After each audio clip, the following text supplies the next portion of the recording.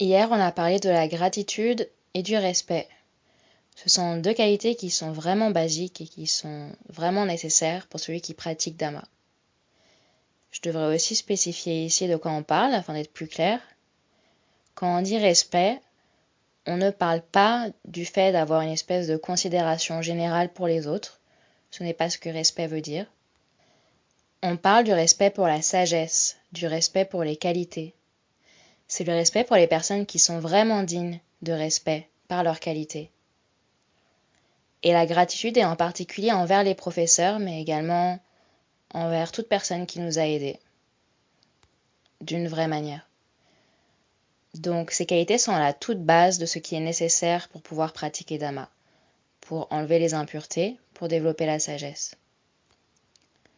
Et en fait, il y a une liste spécifique de toutes les choses qui préviennent quelqu'un de progresser dans la pratique, et respect avec la gratitude sont au tout début de la liste, sont à la toute base de ce qui prévient de progresser. En fait, techniquement parlant, ce sont les deuxièmes plus bas. Le premier étant être éhonté, n'avoir aucune honte, mais tous sont plus ou moins au tout début de la liste. Donc si on n'a pas de respect, on ne peut pas progresser plus loin, jusqu'à ce qu'on enlève ce manque de respect. Et oui, ces deux qualités pourtant très basiques sont pas si faciles à avoir, et en particulier dans nos cultures, dans nos sociétés, il nous est pas vraiment montré la nécessité d'avoir de la gratitude et du respect. La plupart des choses que l'on se fait enseigner et que l'on voit autour de nous enseignent justement de ne pas avoir de respect et de ne pas avoir de gratitude. Et une raison pour ça est que on n'accorde pas beaucoup d'importance à ces valeurs dans nos sociétés. On n'a pas une culture qui valorise le fait d'avoir du respect, d'honorer ceux qui sont dignes d'être respectés et honorés. Et on n'a pas nécessairement non plus dans notre environnement d'exemples de personnes qui sont vraiment dignes de respect, de personnes sages. Nos parents sont souvent trop occupés pour être très présents et nos professeurs font ça assez souvent pour les vacances et pour l'argent. Donc on n'a pas quelqu'un qui est digne de notre respect, qui va inspirer ce respect de manière naturelle chez nous. Et on n'a personne non plus qui nous enseigne l'importance de ces qualités. Plutôt, la leçon principale que l'on apprend, c'est « je mérite le respect et tout le monde devrait me respecter sans prendre en compte qui je suis ». On utilise ce mot respect pour parler des gens qui devraient nous respecter nous-mêmes de manière très facile et très légère. Mais pas vraiment pour comment on devrait avoir du respect, c'est-à-dire de la vraie déférence pour quelqu'un qui est plus haut et qui est plus sage que nous. Ça serait nous demander de nous incliner devant quelqu'un et je ne vais pas m'incliner devant qui que ce soit. Hey, teacher, leave those kids alone. We don't need no education. Si ça vous dit quelque chose, ça veut dire Hey, professeur, laissez ces enfants tranquilles. On n'a pas besoin d'aucune éducation. Alors, venant de cette société et de cette culture, on doit en venir à essayer d'apprendre et de pratiquer Dhamma. Et ça va à l'opposé de tout ce qu'on nous a dit. Tout ce que notre culture nous a conduit à faire, nous a encouragé à faire et l'opposé. Ne sois pas égoïste, sois sans ego. Ne sois pas avide, sois généreux. Ne sois pas rebelle, aie du respect et de la gratitude. Toutes ces choses ne devraient pas être si difficiles, ne devraient pas provoquer une telle résistance en nous, mais très souvent elles le font. Et en théorie, on peut aimer comment ça sonne, mais lorsqu'on vient à les pratiquer, ça va contre ce qu'on veut, ça va contre ce en quoi on est habitué. Donc au lieu de faire que l'enseignement soit facile pour nous à accepter, ça vient se frotter contre chaque nerf et chaque étape du chemin est une montagne à escalader. Et ce qui l'aggrave, c'est notre inaptitude à être souple, notre inaptitude à changer. À chaque fois qu'il y a une nouvelle idée qui vient à l'opposé de l'idée que l'on avait, on colle à notre propre idée et on ne la lâche pas. Et ça veut dire que chaque pas du chemin est comme une sorte de bataille au lieu de juste être simple. Et souvenez-vous que ces nouvelles idées et valeurs que l'on doit accepter sont aussi simples que les valeurs de la gratitude et du respect. C'est pas demander de croire en quelque chose d'incroyable ou d'avoir foi en n'importe quelle chose qu'on nous demande de faire. Mais coller à nos idées, à nos habitudes nous empêche d'être vraiment capables de vraiment accepter et d'appliquer, même pour les valeurs de la gratitude et du respect. Quand vous manquez de gratitude ou quand vous manquez de respect, c'est toujours basé sur du pur égoïsme. étant tellement préoccupé par votre propre ego, par ce que votre propre ego désire, par ce qui dérange votre ego, que vous ne pouvez pas reconnaître, que vous ne pouvez pas apprécier à quel point quelqu'un peut vous avoir aidé, ou ce qu'ils ont eu à sacrifier eux-mêmes afin de pouvoir vous aider. Vous ne pouvez pas voir la valeur de ce que quelqu'un vous donne à sa vraie valeur, car vous êtes toujours tout le temps uniquement occupé par ce qui me plaît est bien, ce qui me déplaît est mal. Et pour illustrer ça, il y a une vieille histoire Jataka, un conte populaire bouddhiste, à propos d'un prince qui tombe dans une rivière alors qu'il y avait une violente tempête. Et il se fait sauver par un vieil ascétique qui vit au bord de la rivière, ainsi que 3 animaux, un rat, un serpent et un perroquet. Donc tous les 4 sont secourus, il les amène à sa cabine, il les réchauffe, il leur donne à manger, il leur donne à boire, mais le prince remarque que l'ascétique nourrit les animaux en premier. Donc bien sûr, s'il les nourrit avant lui, c'est parce qu'ils sont les plus faibles et qu'ils seraient les premiers à mourir ou à être dans un état de santé critique. Mais le prince devient offensé et il lui dit « Comment oses-tu? Est-ce que tu ne sais pas qui je suis? Comment oses-tu les servir en premier au lieu de moi? Je suis ton roi. » Donc j'aime beaucoup cet exemple d'ingratitude, car cet homme vient juste de se faire secourir, il s'est fait tirer de l'eau alors qu'il était en train de couler. Cet homme lui a sauvé la vie, et il devrait lui être redevable pour le reste de sa vie. Mais maintenant, il devient l'ennemi de ce pauvre ascétique et désire le tuer.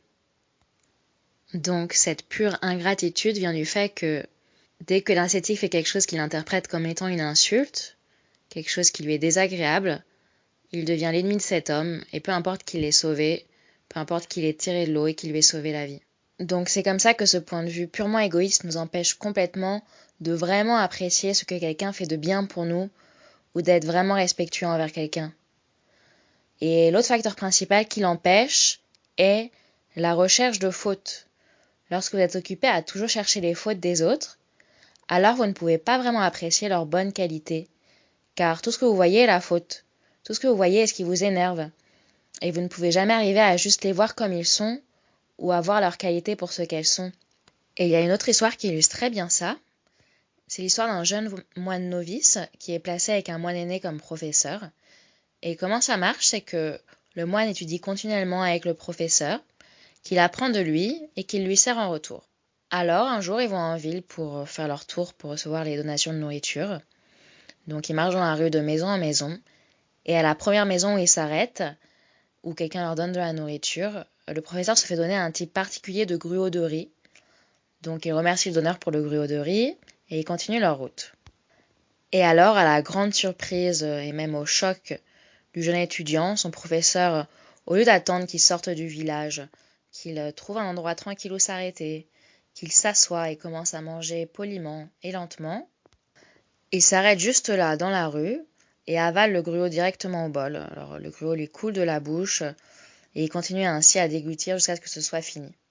Et alors le professeur regarde autour de lui, et voit le regard de dégoût sur le visage du jeune moine novice, qui était en train de penser « Comment peut-il être un professeur respecté?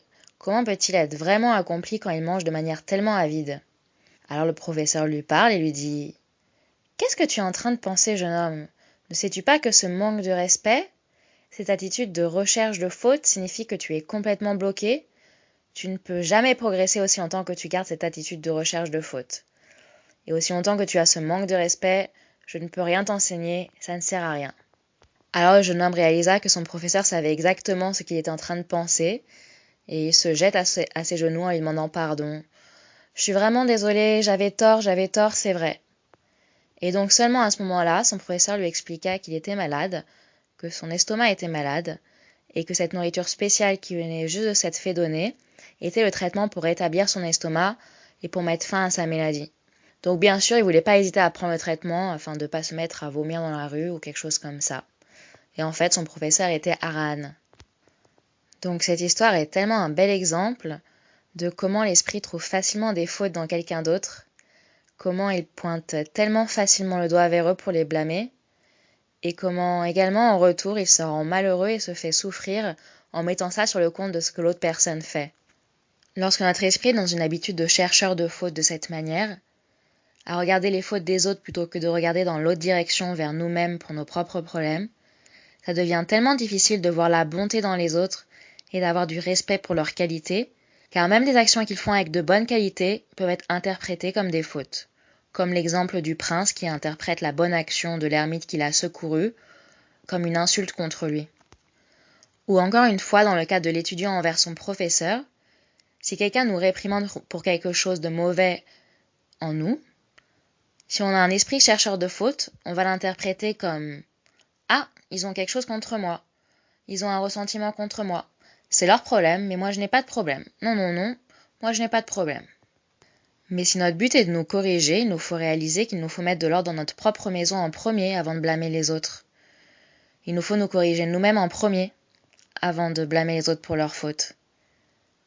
Est-ce qu'on devient une meilleure personne en blâmant les autres ? Est-ce qu'on devient une meilleure personne en n'ayant pas de respect envers notre professeur ? Est-ce qu'on devient une bonne personne de cette manière ? Non, et plus on continue d'agir de cette manière, plus on nourrit notre propre ego. Plus on a d'ego, plus on a besoin d'ego pour défendre l'ego, et ainsi de suite, ça continue. Donc pour résumer, le respect et la gratitude sont à la toute base de la pratique de Dhamma. C'est vraiment la toute fondation pour toute pratique des qualités et de travail sur soi. Mais on ne se fait pas enseigner ces valeurs dans notre société et on n'a pas de bons modèles de personnes qui inspirent le respect en nous. Donc même ces deux qualités basiques, lorsqu'on veut pratiquer Dhamma, peuvent être difficiles à obtenir et il peut y avoir des résistances lorsqu'on les pratique.